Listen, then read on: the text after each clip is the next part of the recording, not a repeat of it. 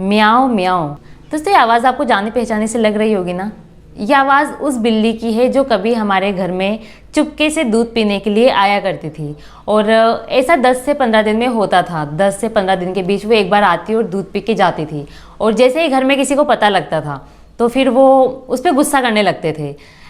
मेरे साथ प्रैक्टिकली ऐसा हुआ है कि जैसे मैं छोटी थी उस टाइम, तो क्या होता था कि जैसे कभी गेट खुला रह गया तो गैस पे अगर दूध की भगोनी रखी हुई है तो वहाँ पे वो चढ़ जाती थी गैस पट्टी पे और दूध पी के चली जाती थी। फिर जैसे मम्मी को पता लगता था कि उसने दूध पिया है तो फिर वो गुस्सा करती थी कि नहीं, इसको दोबारा आने दे। लेकिन वो हमारी बातों को दिल से नहीं लगाती थी। वो इतनी शरारती थी कि उसको ठीक है, उसको कुछ भी कह लिया उसको कोई फ़र्क नहीं पड़ता था। अगर उसको अगले दिन भी मौका मिलता था तो वो दोबारा आती थी और दोबारा दूध पी के चली जाती थी। वो बिल्ली हमें अपना परिवार समझती थी, अपना मानती थी। लेकिन हमने उसे कभी अपने परिवार का हिस्सा नहीं समझा, हमने कभी उसे अपना नहीं माना। और इस वजह से हम उसकी इतनी ज़्यादा उपेक्षाएं करते थे, हर चीज़ में उपेक्षा। जैसे आपको पता है ना कि कई बार ऐसा होता था कि कोई बाहर निकल के जा रहा है किसी काम के लिए, तो अगर रास्ते में बिल्ली आ गई तो वो ये बोलता था कि बिल्ली ने रास्ता काट दिया और अब मैं इस काम के लिए जाऊँगा तो अशुभ ही होगा, ये शुभ हो ही नहीं सकता।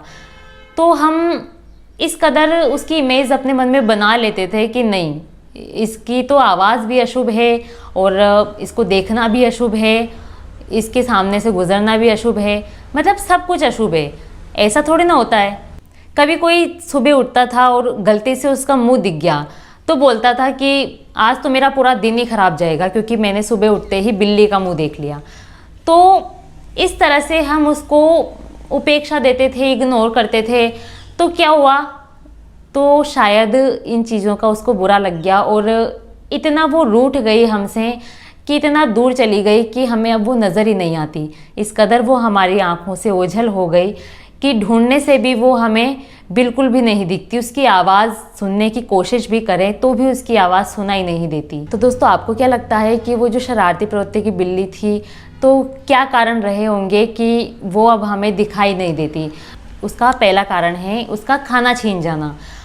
दोस्तों, आप ये चीज़ तो जानते हैं कि बिल्ली का खाना क्या होता है। बिल्ली चूहे को खाती है। अब ठीक है, वो दूध भी पीती है लेकिन चूहा उसका भोजन होता है।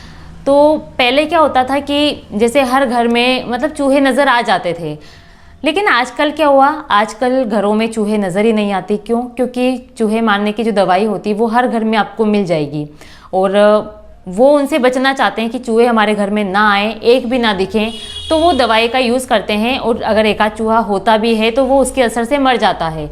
तो इस वजह से चूहे लगातार कम होते रहे और उसको उसका भोजन नहीं मिल पाया। इसके अलावा दूध भी जो उसका भोजन हुआ करता था, जिससे उसका पेट भरता था, तो वो भी उससे छीन गया।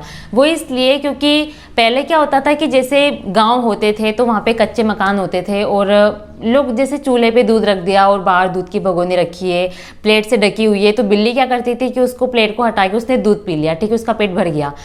लेकिन अब क्या हुआ, अब पे एक मकान बन गए। अब तो ये होता है कि न तो छत पे से वो आ सकती है न गेट से वो आ सकती है, इतना पैक होता है, इतनी सी जगह भी नहीं होती उसके आने के लिए।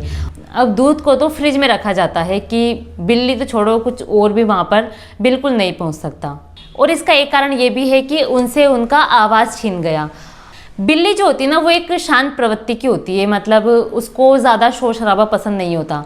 वो ठीक है, लोगों के बीच आती है जाती है, लेकिन रहना वो उस जगह पे पसंद करती है जहाँ पर शांति हो। उसके बच्चों के साथ वो एकांत जगह में ही रहती है। तो पहले तो उसको आसानी से ऐसा आवास मिल जाता था, लेकिन आज वो आवास मिलना पॉसिबल नहीं है क्योंकि पहले बहुत ज़्यादा खाली जगह थी, पेड़ थे, लेकिन अभी लगातार पेड़ों को काटा जा रहा है और जंगलों को तबाह किया जा रहा है। और जो खाली जगह थी तो खाली जगह को भी जैसे मकान बना लिए और कहीं पे खा लिए, फिर भी तो वहाँ पे प्लॉट खरीद लिया कि देखो ये जगह हमारी है, ये प्लॉट हमारा है, और वहाँ पर भी मकान खड़ा कर दिया या फिर कोई इंडस्ट्री, कंपनी, कारखाने कुछ भी वहाँ पर बना दिया। तो क्या हुआ, वो जगह उनकी रही नहीं, वो जगह उनकी छीन गई।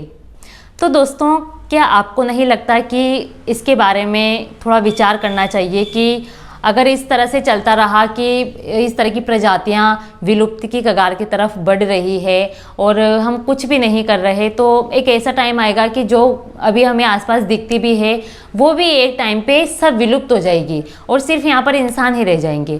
तो क्यों ना हमें अपने साथ साथ इन जानवरों के बारे में भी सोचना चाहिए।